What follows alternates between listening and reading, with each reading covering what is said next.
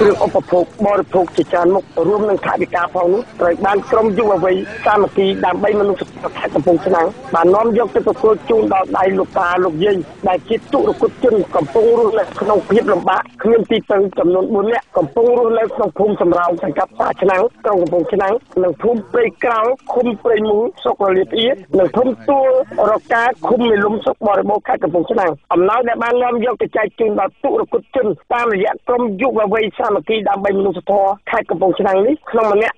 ទទួលបានអង្គ50គីឡូមី2កែសទឹកត្រី1យួរទឹកស៊ីអ៊ីវ1យួរប្រេងឆាត្រីខស្ករសអំបិលប៊ីចេងខ្ទឹមមុង1ភួយ1ក្រមា1កន្ទេល1ខ្នើយអាវដៃវែងខោជើងវែងសម្ពុតស្បែកជើងសាប៊ូទឹកភេសជ្ជៈទឹកសុទ្ធនិងថវិកា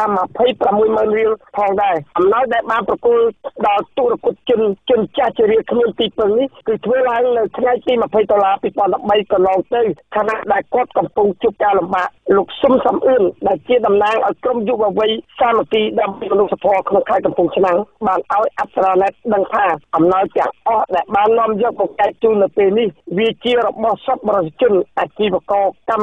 មការនីរោងចក្រកាត់ដេរបានឧបត្ថម្ភដើម្បីផ្ដល់ជូនទុរគតជនចាស់ជរាគ្មានទីពឹងដើម្បីឲ្យជីវភាពរស់នៅរបស់ពួកគាត់បានល្អប្រសើរខណៈដែលគាត់កំពុងជួបប្រទះនូវភាពលំបាកក្នុងការរស់នៅប្រហូបចុកលោកស៊ុំសំអឿនដែលជាតំណាងក្រុមយុវវ័យសាមគ្គីដើម្បីមនុស្សធម៌បានឲ្យដឹងទៀតថាជាគោលបំណងរបស់ក្រុមលោកគឺផ្ដោតលើទុរគតជនចាស់ជរាគ្មានទីពឹងនិងបាត់បង់សមត្ថភាពក្នុងនោះគឺក្រុមរបស់លោកតែងតែចុះធ្វើជាប្រចាំក្នុងមួយខែម្ដងទៅដល់គ្រួសារណាដែលជួបការលំបាកមកដល់ពេលនេះគឺបានចែកជូនចំនួន5លើកហើយនៅក្នុងខេត្តកំពង់ឆ្នាំងដែលមានការសហការនិង